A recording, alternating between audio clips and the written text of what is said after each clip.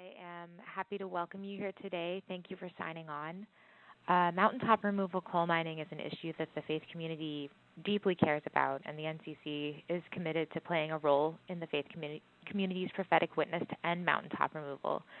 Today's webinar will interweave faith narratives, stories, research, and opportunities for action. We hope the webinar will educate as well as strengthen the faith network of people working to end mountaintop removal.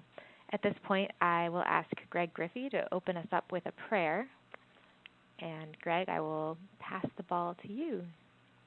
Okay, let's pray. God, for this time, we give thanks for witness and for justice. And may we learn and may we grow and may we be the witness we need to be in this world. We ask this in Jesus' name. Amen. Thanks, Greg.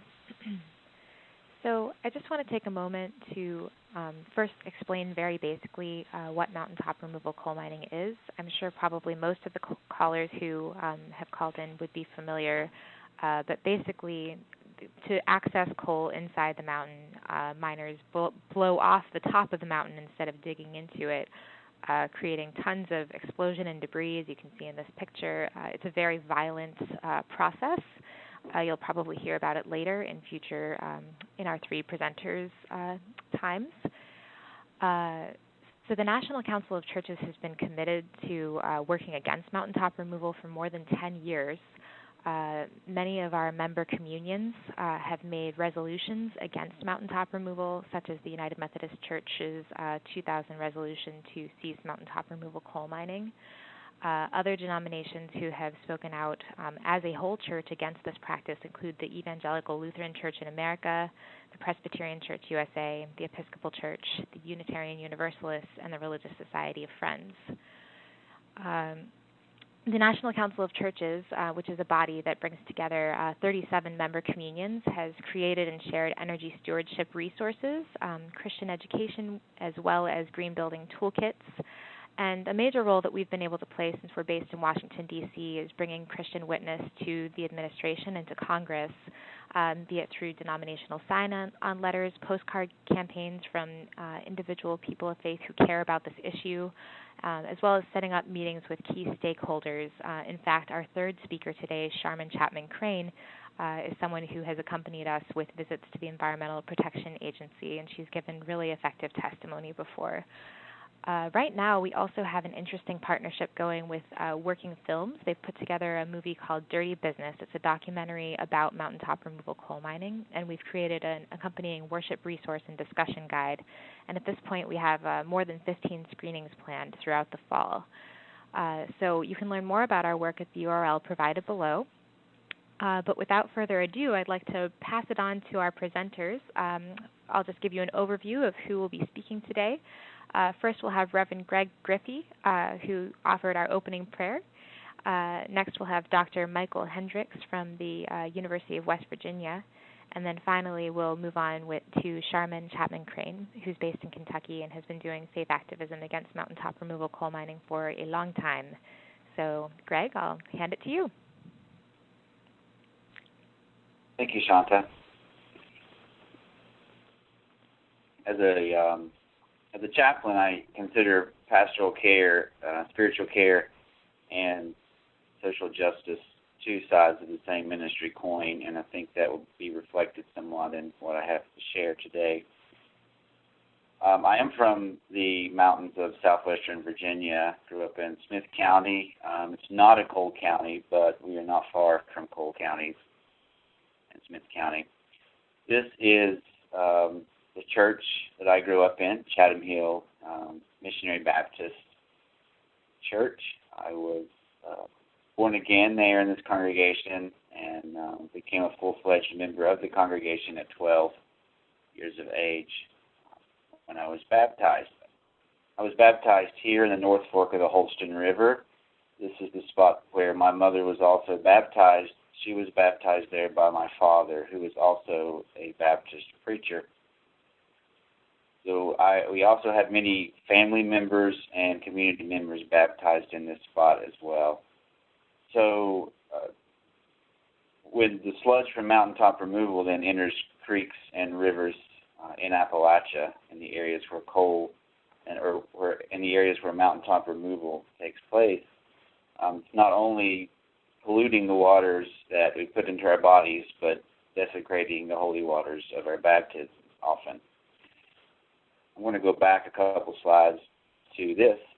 This is a wordle of my Master of Divinity thesis that I did on mountaintop removal, and I wrote about the ways that mountaintop removal effaces storied identities in the mountains. So the effects of mountaintop removal are not only tangible, but intangible as well. In the early 1970s, the American folk singer John Prine wrote a song that some of you may be familiar with. He wrote a song about a town called Paradise. It's a town in Paradise, Kentucky, actually in the western part of the state.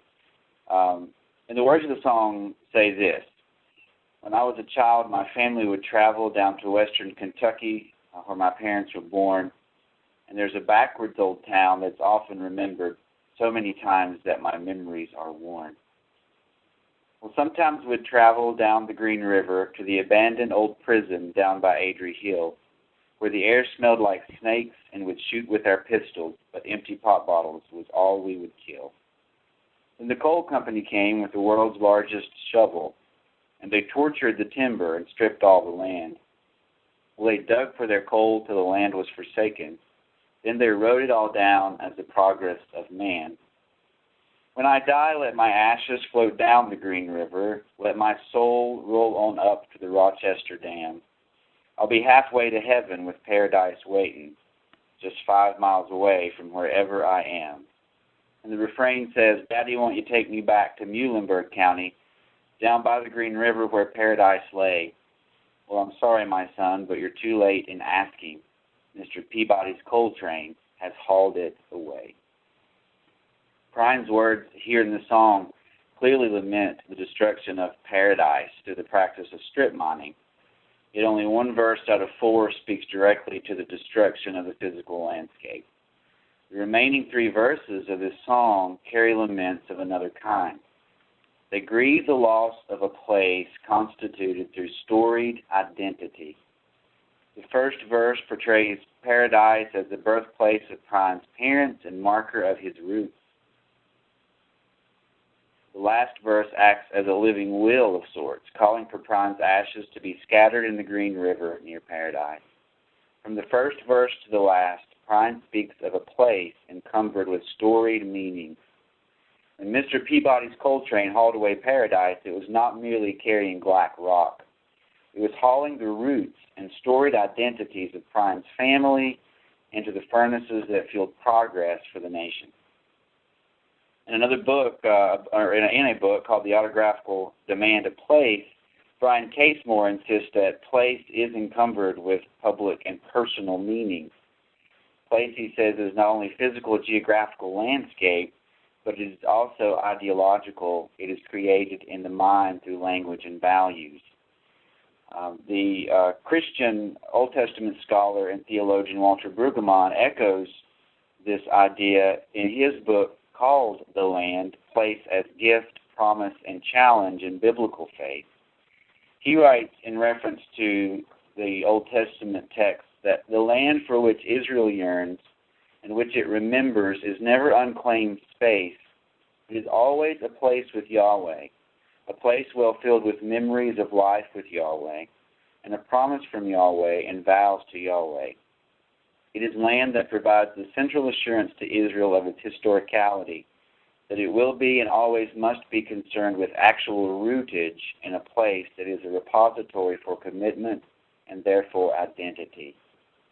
And in the modern world, I think we can see the same idea in other places like Palestine, Mecca, the site of the World Trade Towers in New York City, Iona, Scotland, and other places. And also in Appalachia. If the mountainous region known as Appalachia fits this idea of place, then it cannot be only defined by the mountainous terrain, the rugged landscape, and sketchy geographical boundaries, but it is also defined by its religious and spiritual and cultural historical characteristics. And these characteristics then become evident through the values and languages, self-perceptions and spiritualities and religious beliefs and practices of the people living in the mountains, as well as the perceptions and caricatures of outside observers. And it is this interplay of influences that has created Appalachia. Anthropologist Melinda Wagner at Radford University, I assume she's still there, I'm not sure, in southwestern Virginia, she provides, in some of her work she has done, provides examples of how physical space is transfigured into meaningful place in the mountains, and by talking about a sense of rootedness. And she shows how connections to the land are bound up with family ties in two rural counties of southwestern Virginia. Her study is conducted with students at Radford University and found that attachments to land that turn undefined space into meaningful place are not based so much on the economic benefits of land and space utilization, but on genealogical, historical, aesthetic, and even spiritual foundations. People might certainly earn part of their living on the land, but they are rooted in the land for other reasons. The land roots them with ancestors who owned the land before them, are buried in the cemetery on the hill above them, and who witnessed the same landscape and natural landmarks that they now see. In other words, the land holds storied identities that run much deeper than the mere economic benefits of personal property and land ownership. There are stories in the cemetery on the hill, and the trees their ancestors planted, and in the mountain itself that looks very well to be created by the hand of God. As one resident is recorded to have said, it means something to put down roots and to know your family and your people have been here all this time. And it is this sense of rootedness that Walter Brueggemann says the modern world has lost and is longing to regain. I think when we look at some of the religious life in the mountains, and I'll go back to the picture of the church there, the church I grew up in, we can also see the evidence of this storied meanings and storied identities tied in with the landscape. Oftentimes, I want to go a couple of slides here. Oftentimes we see churches, Catholic and mainline Protestant denominations, are frequently name their churches after saints or significant places or events in Christian history or biblical themes, or even after Jesus or the Christ. And here on this slide are some examples of churches that exist in Appalachia, different parts of Appalachia. Zion United Methodist, St. Anne's Catholic, Marian First Baptist, St. Matthew Lutheran, Christ Episcopal Church, First Congregational UCC. You can see these churches, some are named after Christ or St. Matthew or Marian as a town, St. Anne's, Zion, First Congregational. When we look at the next slide, you notice the names of these churches are named specifically after natural landmarkers or even the landscape itself. I think in Appalachia, parts of Appalachia, central Appalachia, I think in particular perhaps, there exists an unknown number of churches with names directly tied to the physical landscape and natural landmarks. Of course, Appalachia is not the only region where churches are named after their physical surroundings, yet the practice is so common in the mountains, at least from what I'm familiar with in central Appalachia, that it cannot be overlooked. The names of the churches suggest that the stories of each congregation cannot be told without the language of physical landscape and natural landmarks. Trees, hollers, and hills become permanent fixtures in the stories of these communities and in local theologies. So there's Big Rock Creek Baptist, Buckeye Hollow Free Pentecostal Holiness, Crabtree United Methodist, Razor Ridge Missionary Baptist, Walnut Grove Church, Rich Valley Presbyterian, and Flat Ridge Church of God are some examples. And the physical landscape and natural environment, I think, also influence local theologies. And I wish I had more time to go into a lot of this. I know we're limited on our time, but one example, I just think about songs and sermons and daily conversations in the mountains growing up there. That it's just full of incorporating the natural landscape with ways of understanding God, faith, and life. One example is a song my grandmother used to sing. She called it The Great High Mountain. I'm not exactly sure where the song originates, but I've heard it done by some Southern gospel and bluegrass artists. I think the song might have been featured in the movie Cold Mountain. I'm not sure, but it speaks about climbing a mountain on which sits a beautiful fountain that flows with the waters of life. And the song proceeds to tell of how the author falls to his or her knees, asking God what to do in order to climb the mountain and drink from the fountain at the top. And the imagery incorporates this distinctly Christian themes like water of life with the natural landscape of a mountainous terrain. And this song I grew up with, singing it in the home and in the church. And so I hope you can see by that as one simple example of how the local theology and sort of these stories and these meanings are tied in with the actual landscape. So the consequences of mountaintop removal then entail much more than just the destruction of physical landscape and natural environment.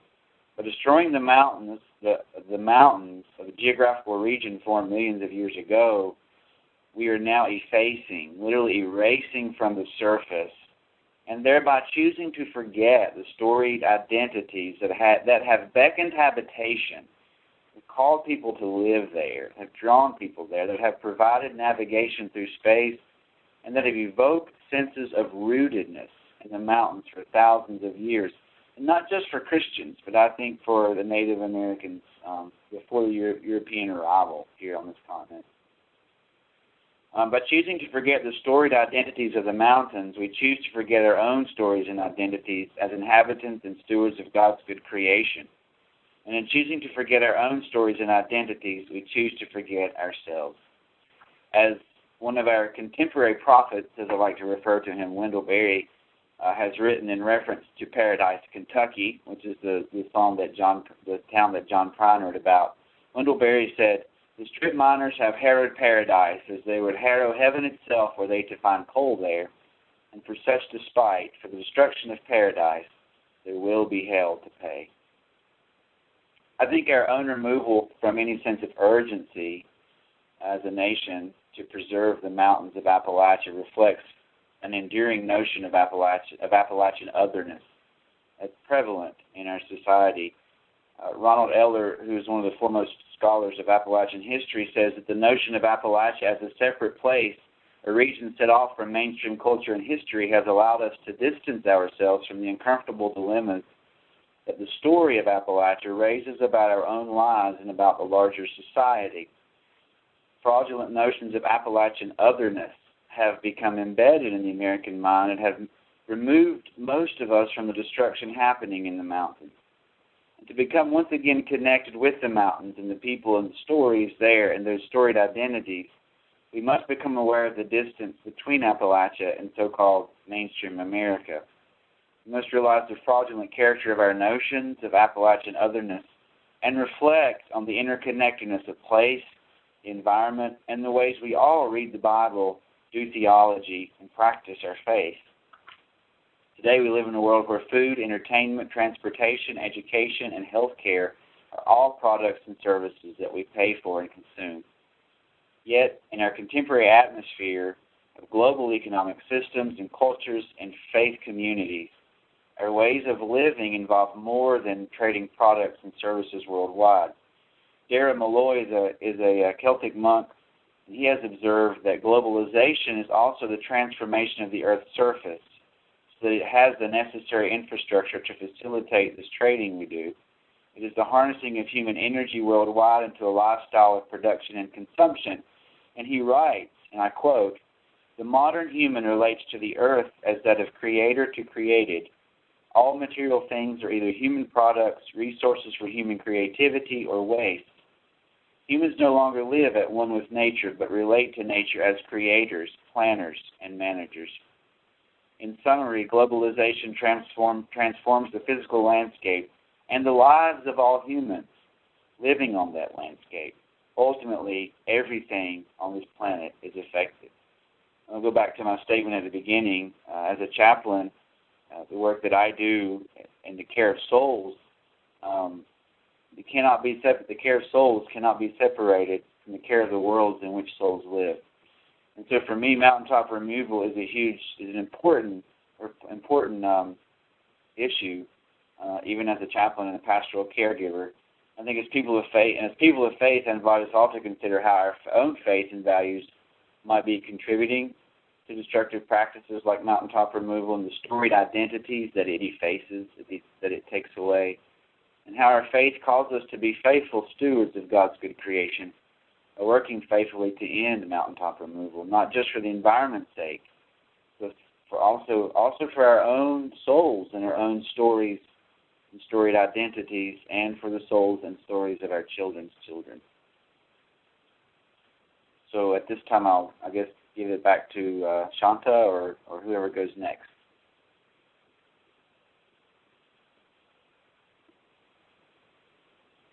Take it over here. Can everybody hear me all right? This is Mike Hendricks talking. Yep. Okay, good. And so I'm going to, thank you, Greg, that was great. I'm going to take a very different kind of approach, I think, for my brief time, and talk about the research that we've done over the past several years that shows evidence for some pretty serious health problems for people that live in these mining environments, especially in the mountaintop removal environments. I have quite a few slides, but I think I can try to work through them pretty quickly and keep us on time. This first one, as many of you probably recognize, shows the area around Marsh Fork and shows the slurry impoundment above the elementary school and the coal processing facility there. And this, to me, is a pretty powerful photograph that shows the connection or the interface between activities of the industry and people, populations, including kids, that are potentially exposed to the impacts of this activity. So let me just give a very quick background to this idea of health disparities and an environmental riskscape. We know from lots of research done all over the world for decades in the past that population health outcomes, the health of a population, is driven by real fundamental forces like poverty and education. We know that those populations that are disadvantaged also tend to have greater environmental risks, that industrial sites or other environmental hazards are more likely to be placed in areas where there are populations that are disadvantaged in other respects too. And we know that coal mining environments have these elevated riskscapes, and what I mean by that is that they have the environmental threats from mountaintop mining, but they also have the socioeconomic problems like higher poverty rates and lower income levels that also contribute to health problems. So I think it's important to understand that the question is not really just whether there are direct environmental impacts from mining, but also the extent to which there are the disadvantages imposed by mining economies that tend to not provide that many jobs and that great of an economic opportunity for most of the people that live in those environments. So as we probably all know as well, just very quickly, mountaintop mining involves removing the entire tops of mountains and ridges and steep land. It uses explosives and very large equipment, drag lines and other types of equipment to reach coal seams that can be hundreds of feet deep. And then the spoil or the overburden is deposited into nearby valleys that often have streams and destroy those streams. And there are estimates of the extent of that damage that are shown in the slide. One of the arguments that's often made by the coal mining industry has to do with the number of jobs that they provide and how important they are to the local economy. And they do provide some jobs, but the evidence shows that the number of those jobs has been in decline for decades. You can go back prior to the 80s, and the number of jobs would be even higher than shown on this graph. There is a little bit of a leveling off in recent years in the number of total jobs, but it isn't what it used to be in earlier times. And the pattern is exactly the same for the number of jobs in West Virginia specifically. The decline over time, that's shown in the blue line, and a little bit of a leveling off. During that same period of time that employment has gone down, production levels have gone up, and although they've fallen in more recent years, which I think is an indication that coal reserves are depleting and that the economic contributions of coal mining are going to become even smaller in the future. There was an independent assessment that was done by some economists at the University of Kentucky. They estimated that for every coal mining job in the Appalachian region, there were 2.38 other jobs that were created through the economy. Various public relations documents from the coal industry claim that there are about 5 to 8 jobs, but there's no evidence that that's true. They also estimated that there are direct, indirect, and induced benefits. That is, all the direct job benefits, all the indirect benefits that ripple through the economy from coal generate about $8 billion expressed in 2005. And I want you to remember that figure because I'm going to come back to it at the end, but about $8 billion in benefits. And we all know that when we compare Appalachia to the rest of the nation, that we tend to lag behind on all the major socioeconomic indicators, lower rates of education, lower income levels, higher unemployment rates, higher poverty rates. But you can see when you compare those first two columns, when you compare Appalachia with coal to Appalachia without coal, that the problems are more severe. The unemployment rate is actually higher, the poverty rate's higher, the income levels are lower. The mining areas are not sources of economic strength for our region. I believe they are sources of economic weakness. Here are poverty rates for children, 2000 to 2007. They're highest every year in mountaintop mining areas. Intermediate, where there's other types of coal mining, and best, where there's no coal. Similar for mortality, this time comparing coal mining at the top to other counties in Appalachia, and then to the rest of the nation. These mortality rates are higher every year in the coal mining parts of our region. These are adjusted for age, but they're not adjusted for other factors, so they suggest that maybe the environment is a contributing factor, but they don't adjust for other potential problems like smoking, let's say, or access to health care or education or others.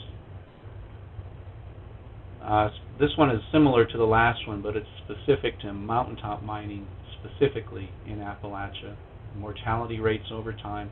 In this case, you can see that there is really no difference, or only a very small difference, between other places in Appalachia that don't have mountaintop mining and the rest of the country. We've heard for decades about the health problems and the other problems that exist in Appalachia, but in the research that we've done, we see that not always, but most of the time, those disparities are really concentrated only in the areas where we do mountaintop mining. And sometimes there are no other differences in Appalachia compared to the nation and other parts of the region.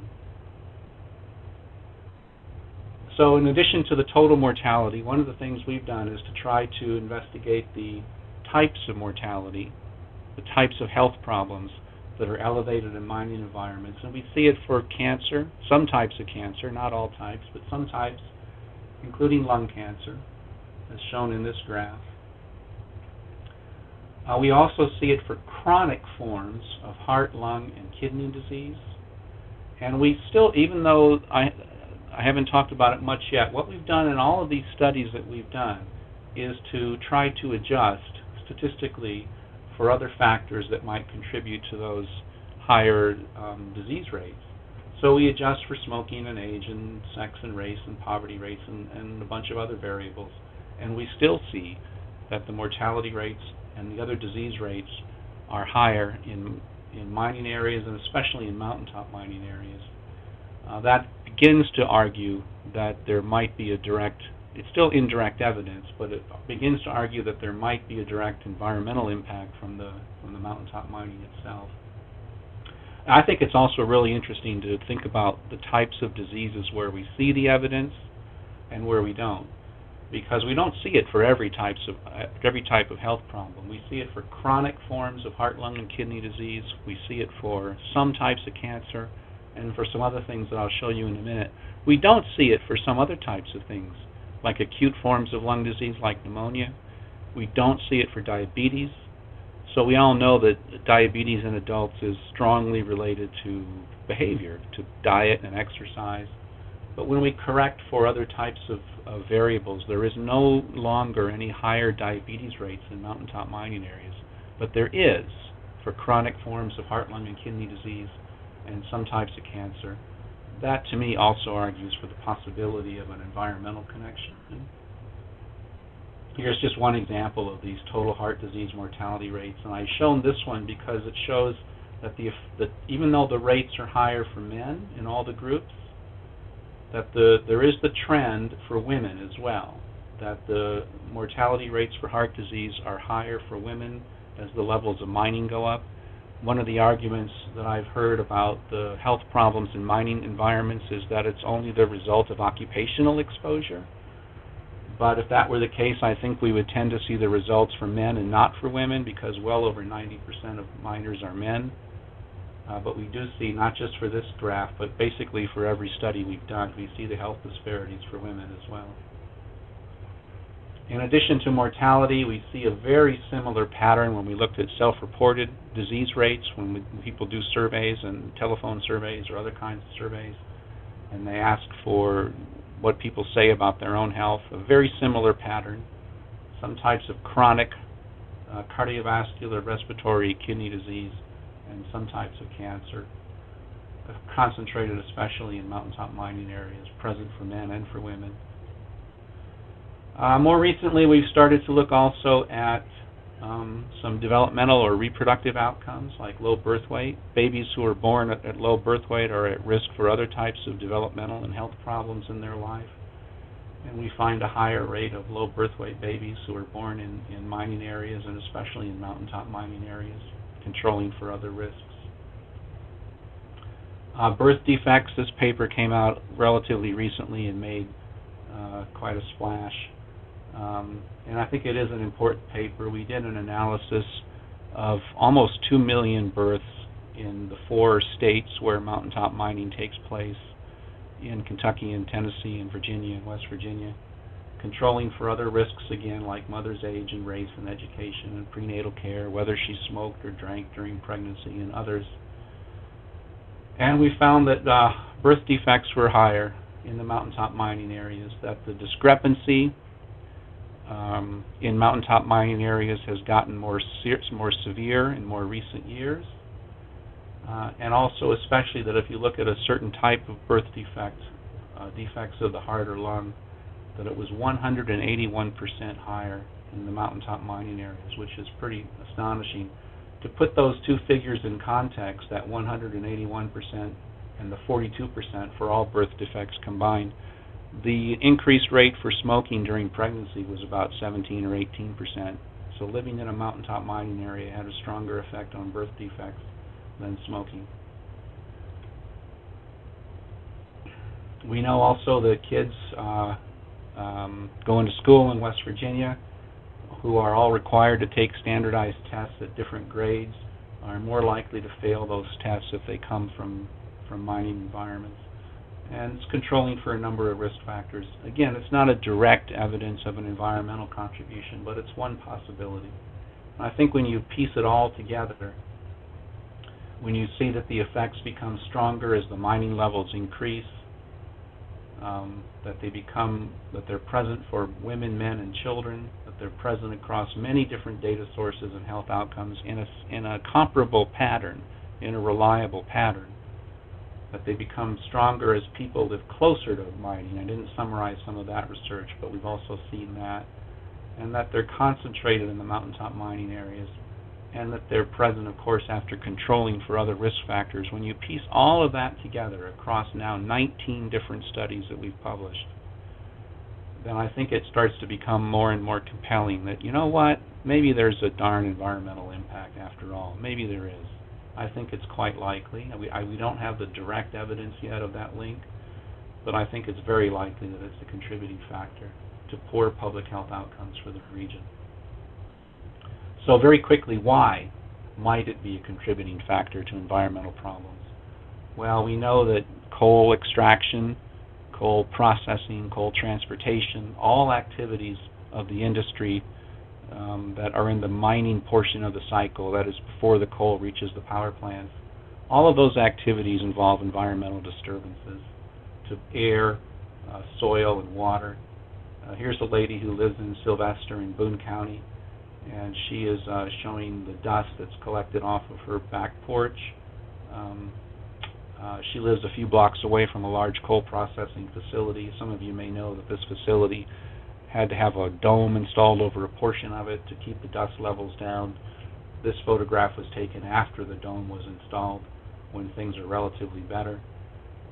This represents this paper towel that she's holding, about 2 weeks worth of accumulation. I watched her do this myself, go out 2 weeks later and do the same thing and come up with another towel that had just as much dust as this one. We started to take some preliminary air sample readings. This graph shows what the PM10 levels were. PM10 stands for particulate matter with a diameter of less than 10 microns.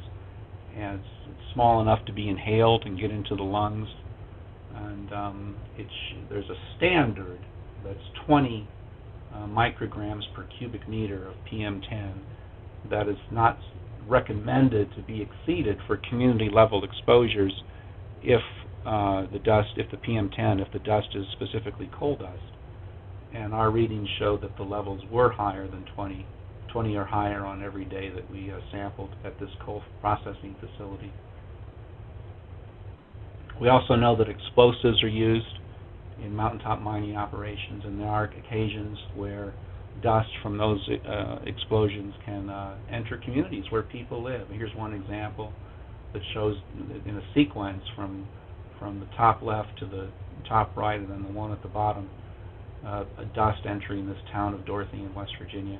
And I know of other places where this happens as well. This dust contains high levels of sulfur and silicon, and perhaps other types of chemicals that are used in the explosive chemicals themselves. So we started to take some air samples around mountaintop mining sites. Here are 3 of the air filters that we collected. They were all left in place for about 4 weeks. 2 of them come from an active mountaintop mining site. One of them is from a control site, so I always ask people to guess which one is which. It's pretty obvious. They were all left in places where people live, outside residential areas, in people's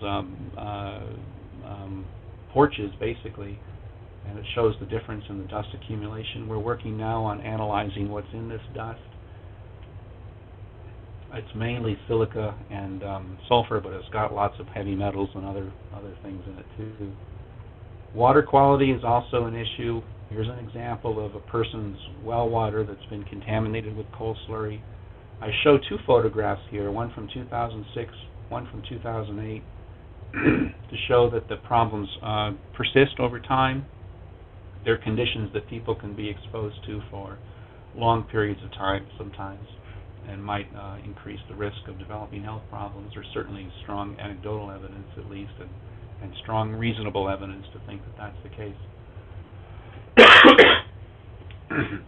Excuse me. I'm kind of getting over a cold still. We also know from other people's research that well water, groundwater, surface water can be contaminated from mining activity. Arsenic levels are elevated in many wells that have been sampled in central Appalachia where mining takes place. We know that groundwater in mined areas is impaired along a variety of dimensions.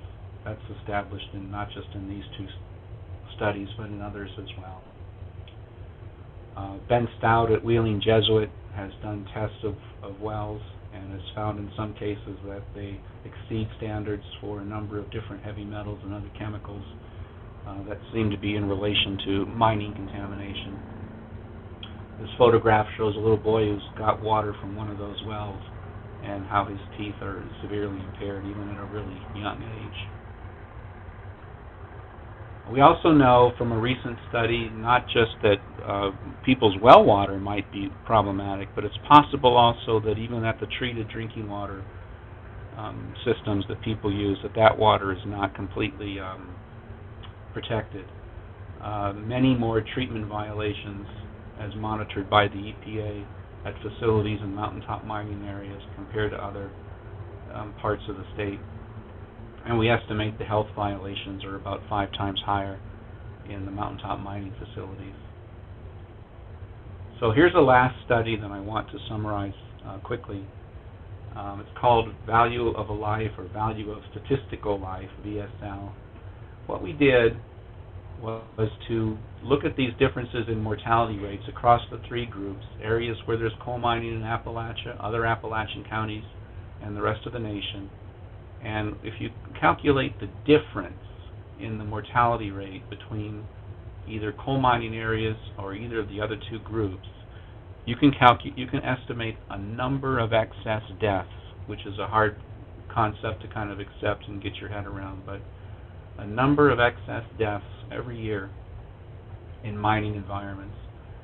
And then what we did was once we had those estimates, which is in the bottom row of this table, and it shows a smaller number, that 3,975, if you compare to Appalachia over a longer time period, all the way up to as many as almost 11,000 extra excess deaths in the nation over the more recent time period. That in itself is pretty astonishing to me.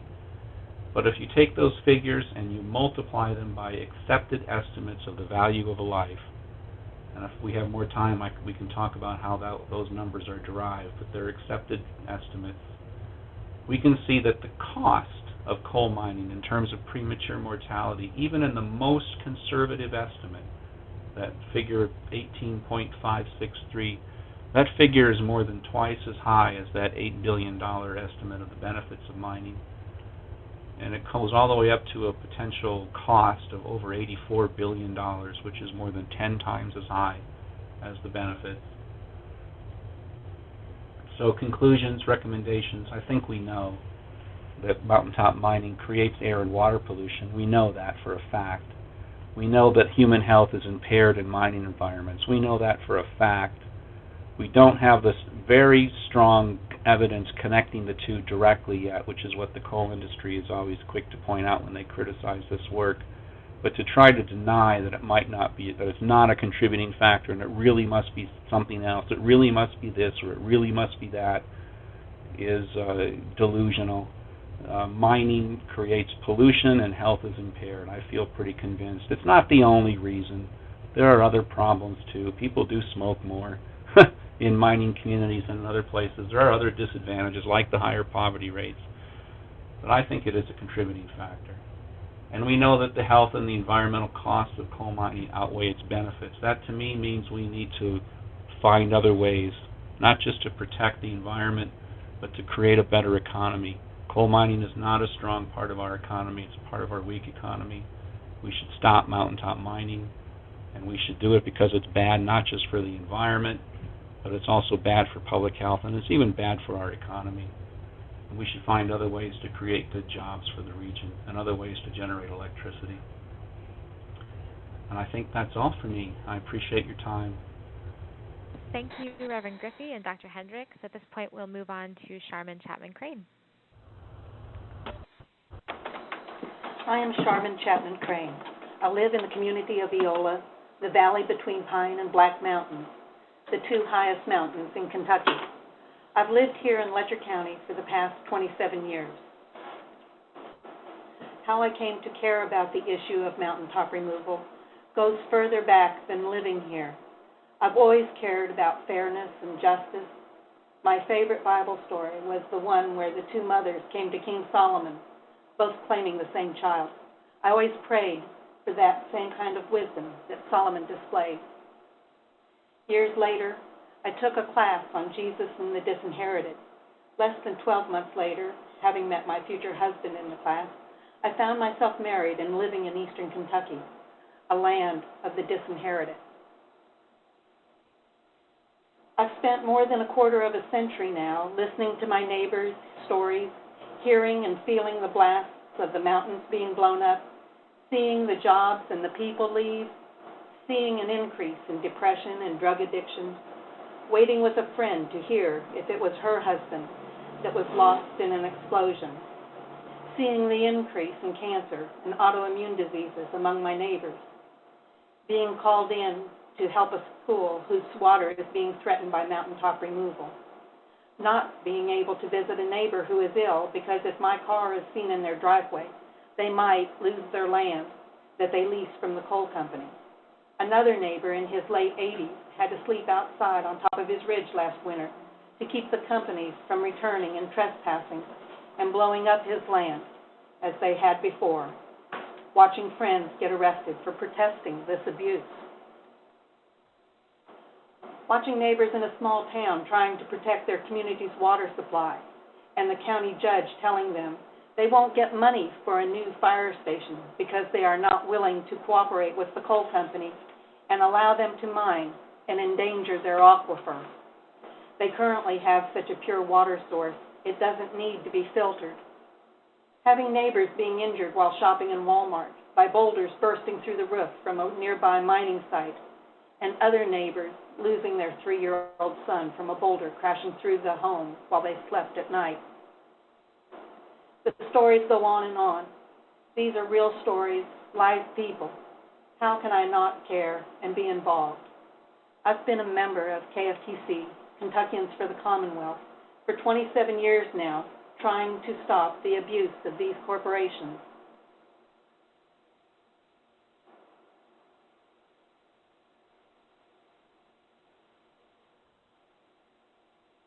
What price are we paying? Loss of jobs in the past 50 years because of surface mining and mountaintop removal technology. We've lost 50% of our population. One huge dragline can replace 100 workers. More than 60% of our miners have become unemployed in the past 30 years. My congressional district, number 5 of our 435 districts, every county produces coal, yet we are among the poorest in the country. We are 435th in physical health, we are 435th in emotional health, and we are 435th in overall health. 1,000 tons of explosives are set off every day in Kentucky. The Oklahoma bombing used only 3.5 tons.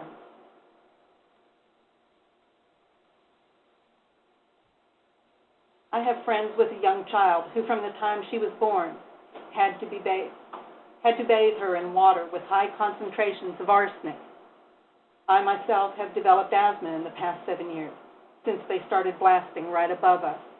The foundation of our home is cracked on all 4 sides. We have to buy bottled water to drink and cook with because of the methane and coli in our well. We have to filter our water, and twice the methane has exploded our filter. I had to give up being on a community park committee because others believed the coal company gave money to a new park instead of ours because of my association to fighting mountaintop removal. A Christian outreach center in my community was denied annual donations from the coal company because I was speaking against mountaintop removal at the center. It's costing all of us in taxes and energy costs. Much of the coal in Letcher County is being shipped to China, and we have American companies mining coal in Colombia, South America, destroying communities there, and the coal is being exported to and burnt in Massachusetts. It's no wonder our governments can't balance a budget. I watch almost daily as God's gift of creation is being blown up, as God's gift of water is buried and poisoned, and the southern Appalachian Mountains supply over 25% of the United States surface water. I watch as God's children sicken and die, as communities are divided by great energy corporations who are multiplying in greed and wealth. The Christian community I live in, around me the number of churches have increased. The number of people per church has decreased. More and more division. No church within at least an hour of us is speaking out against this destruction. I know one mountain preacher railing against mountaintop removal here. He is a retired coal miner, and his church has lost its water source due to mountaintop removal. The members have to haul buckets of polluted water into the church house to flush their commodes and buy bottled water to drink at church gatherings. My husband Jeff is an artist. He tells the stories of his people and this place through his paintings. He did this sculpture, The Agony of Gaia, to share the story of the mountains we are sacrificing to mountaintop removal. Since 2004, Jeff has traveled with Gaia to the United Nations, Washington, D.C., and Frankfort, Kentucky, lobbying to stop this destruction to our lives, and to Chicago and to the Festival of Faiths in Louisville, and church services to let people know how we are all connected to this story and that it will take all of us to create a life-giving future.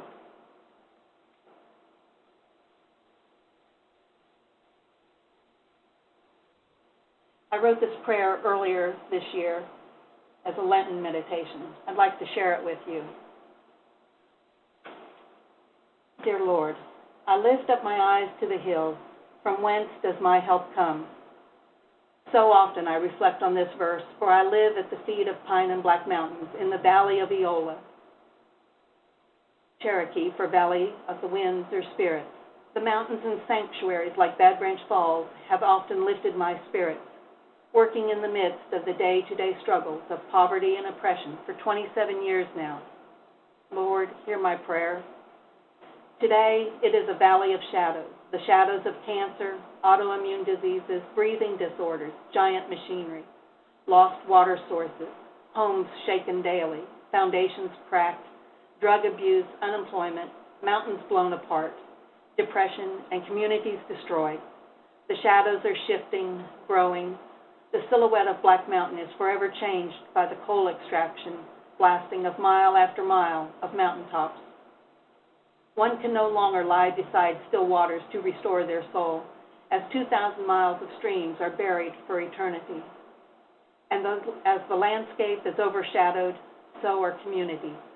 Communities overshadowed by loss of jobs, overshadowed by loss of health and life, loss of human dignity and security, shadows of fear, and the state overshadowed by a deficit budget due to subsidizing the coal industry. Lord, hear my prayer. Where mountaintop removal exists, all of us collectively, in communion, are not loving our neighbors. We flip our power switches without realizing we are literally blowing up mountains, burying streams, and creating divisions in communities. And the shadows grow, because the water that does leave our county is already impacted by loss of quantity and quality. Lord, hear my prayer. A few years ago, a coal company claimed they owned this stream they wanted to bury. As required, they posted notice in the local paper of intention to create a valley fill, burying a stream with bulldozed trees and blown up mountain parts known as overburden. The notice said the stream was unnamed and gave the quadrants. Locally, we know it as Rocky Branch, and it begins up above Sam and Evelyn's home. As the permit was going to bury land that belonged to 3 families, we, as neighbors and members of a social justice organization, asked the coal company to move the overburden 2,000 feet to land that the company already owned and had already devastated. Initially, they refused, saying it would cost them 5 cents more on the ton. Lord, hear my prayer. Yes, we stopped the valley fill and protected our neighbor's land, but at great cost. It has put neighbor against neighbor. The company quit giving donations to a local outreach organization. One neighbor on a fixed income and disability leases their land from the coal company. Their lease says that anything said against the company means their land will be taken. In their illness, we can't visit them because our car would be recognized by the mining employees on their way to work. Standing with neighbors means losing one's land. Lord, hear my prayer. Seeing Friends of Coal license plate, bank tellers wearing "Coal mining is our future" t-shirts, "Save a coal miner's job, kill a tree hugger" bumper stickers are really messages, shadows of hate and fear. Our governor recently referred to water protection activists as an unwarranted burden. Lord, hear my prayer. How do we show love for our neighbors? Do we help our neighbors whose property is in danger of being stolen and buried? Do we visit our neighbors who are ill? Do we try to shut down the mines, costing people the few jobs that are available? Do we love our neighbors downstream from us by diminishing and polluting their water? How do we love each other? How do we love our governor? Lord, hear my prayer. The hope I believed in the midst of all these shadows and dark secrets is in trusting this journey of faith, I am unable to see the future. But as in the story of Jonah, the Ninevites responded. So I pray that today all of God's children will respond. The neighbors here, the miners, the companies, those that throw the light switches and push the buttons, those that live downstream, that we collectively and in communion will repent of our addiction to fossil fuel energy. That neighbor will embrace neighbor with God's love in action. Lord, hear our prayers. Amen. Amen. So thank you, Charmin, for that powerful closing. At this time, we will have a few minutes for questions. If you can send me questions in a direct message, I can consolidate them. And if we don't have the time for one of your questions now, we can follow up with an email. I've already gotten 2 questions. One was about whether people can get this presentation. The answer is yes. You can print and save it from the PowerPoint right now, actually, if you go to the File menu. And then the other one was from Kat. I don't know, Dr. Hendricks, if you wanted to elaborate on your answer to Kat's question. Sure. I started to write a little response to that, but I can just comment on it too. Yeah, if you look at that chart, it shows that the death rates over time have gone down for all groups, including the mining groups. But the difference between the mining groups and the other groups has increased over time. So even though they've gone down relatively less in the mining environments, and the disparity has gotten worse in more recent years. Thanks. Any other questions?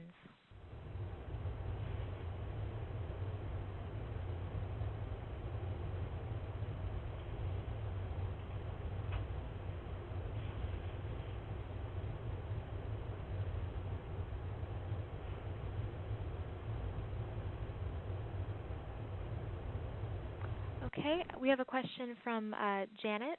Has Dr. Hendricks been intimidated at the university as a result of his work? No. Short answer. I've gotten pretty good support excellent support from my chair, the chair of my department, and from his boss, the chancellor of the Health Sciences Center. I believe, although I only have indirect evidence, that there are certain people at the university who have been pressured, I don't know by who, to try to get me to stop this research, and they have stood up for me. So I'm very grateful for the support I've gotten from the university. Okay, another question from Leroy. Aren't there regulations on dust from coal mining operations? Who wants to field that one? I don't think that we have very good regulations on the dust levels at the mining sites themselves or at the processing facilities. Not to my knowledge. Maybe I'm wrong, but I'm pretty sure we don't. I know that we do not typically have air monitoring equipment at those sites, so we don't even know usually what the air quality is. It's possible that they collect measures of air quality at some of these sites, or maybe even all of them. I don't know, but I've heard tell that once the dust leaves the mining site, it's no longer the responsibility of the mining company. So I'd like to comment on that too. There are regulations, SMACRA, that was the big federal law that was passed back, I think, in the 70s to regulate strip mining. There's lots of regulations. I mean, actually, according to that federal law, nothing is to leave the mining site, not sand, not dust, mud, nothing is to leave the mining site. It's the enforcement, and the EPA continues to have its hands tied. That's why our governor has joined with the Kentucky Coal Association to sue the EPA, because the EPA is trying to do some enforcement here finally. They are heavily regulated. The thing is, there's just so little enforcement. Thanks. I have a clarifying question from Robin. She said she didn't hear clearly. Did Dr. Hendricks say that there is a greater chance of serious birth defects among mothers near mountaintop removals than mothers who smoke? That's correct. It's hard to believe, but what we found was if I remember correctly, about a 17 or 18% higher risk of a birth defect for mothers who reported smoking during pregnancy, 17 or 18%, compared to 42% for mothers who lived in a mountain mining area. And I have two questions here that are related. One is, I'm from Connecticut, and what can I tell people up here to do besides letters to Congress? Is there some way to support efforts more directly? And then Susan said, what's the best way we follow up in our congregations? So that is a great segue to closing slides of this presentation.